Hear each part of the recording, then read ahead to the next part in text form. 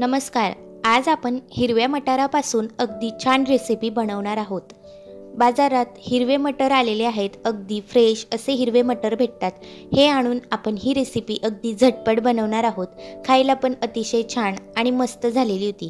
चला तर मग रेसिपीला सुरुवात करूया. त्यासाठी एका पातेलीमध्ये 2 ग्लास पाणी ओतले. त्यामध्ये मटार छान स्वच्छ धुवून घेतले आणि टाकून घेतले. आपल्याला ह्या मटारात आता 1 चमचा साखर टाकायची आणि 1 चमचा मीठ टाकायचे आहे. छान एकजीव करायचे आणि 10 किंवा 15 मिनिट मटर छान असे 80% शिजूस तर आपण वाफवून घ्यायचे आहे. त्यानंतर एक बाउल घ्यायचे. त्यामध्ये 1.5 वाटी गव्हाचे पीठ घेतलेले आहे आणि अर्धी वाटी रवा घेतलेला आहे. रवा अगदी बारीक असावा.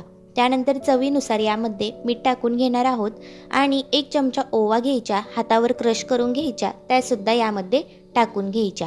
त्यानंतर 2 पळी तेल टाकून घ्यायचे. छान एकजीव करून घ्यायचे. हातात मूठ तयार होईल या पद्धतीने आपण एकजीव करून घेणार आहोत. त्यानंतर थोडे पाणी ॲड करून आपण हे पीठ छान मळून घेणार आहोत.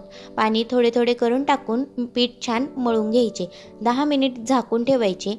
त्यानंतर आता आपण मसाला वाटून घेणार आहोत. त्यासाठी कोथिंबीर, अद्रक, लसूण आणि 2-3 मिरची, 1 चमचा जिरे, त्यानंतर 1 चमचा मिरे, 1 चमचा बडीशोप घेतलेली आहे. हे सगळं टाकून आपण मिक्सरमधून वाटून घेणार आहोत. त्यानंतर कढई ठेवली गॅसवर. त्यामध्ये 3-4 पळी तेल घालायचे. चिमूटभर हिंग घालायचं. त्यानंतर यामध्ये आपण जो मसाला दळून घेतलेला होता तो टाकून घेणार आहोत. सगळा मसाला यामध्ये टाकून छान फ्राय करून घ्यायचा. गॅसचा फ्लेम लो ठेवायचा, नाहीतर मसाला जळून जातो.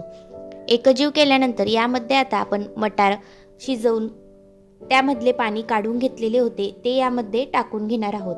एकजीव केल्यानंतर आता चवीनुसार मीठ, अर्धा चमचा पिठी साखर टाकायची, अर्धा चमचा गरम मसाला टाकायचा, अर्धा चमचा आमचूर पावडर टाकायचे. छान असं एकजीव करून घ्यायचं. त्यानंतर आपण हे मटार छान ठेचून घेणार आहोत. स्मॅशरने स्मॅश करून घ्यायचे. बघू शकता अगदी छान स्मॅश झालेले आहेत. मस्त एकजीव करून छान फ्राय करून घ्यायचे.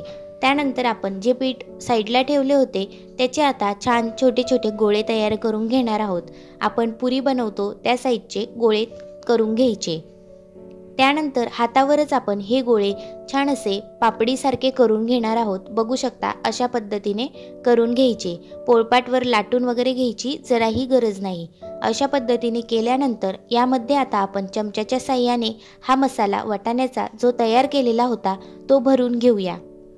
असा भरून घेतल्यानंतर आपण जसा मोदक बनवतो त्या पद्धतीने बनवून घ्यायचा आणि वरून अशा पद्धतीने तळ हातावर घेऊन प्रेस करून घ्यायचा. अशाच पद्धतीने आपल्याला सगळ्या पुऱ्या तयार करून घ्यायच्या आहेत. छान असा मसाला भरून सगळ्या एकसारख्या पुऱ्या आपल्याला तयार करून घ्यायच्या आहेत.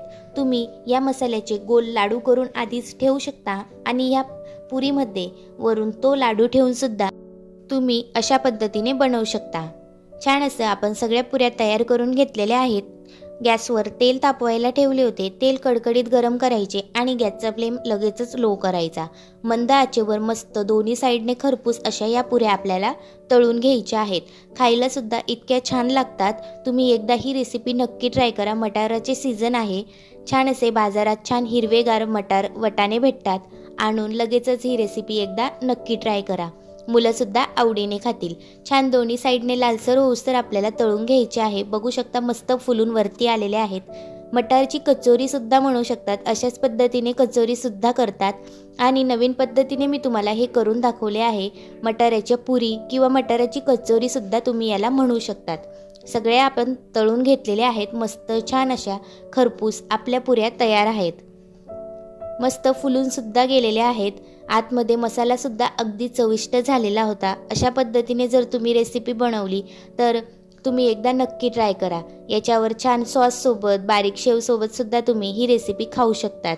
एकदा ही रेसिपी नक्की ट्राय करा. याला तुम्ही मटारची पुरी किंवा हिरव्या मटाराची छान कचोरीसुद्धा म्हणू शकतात.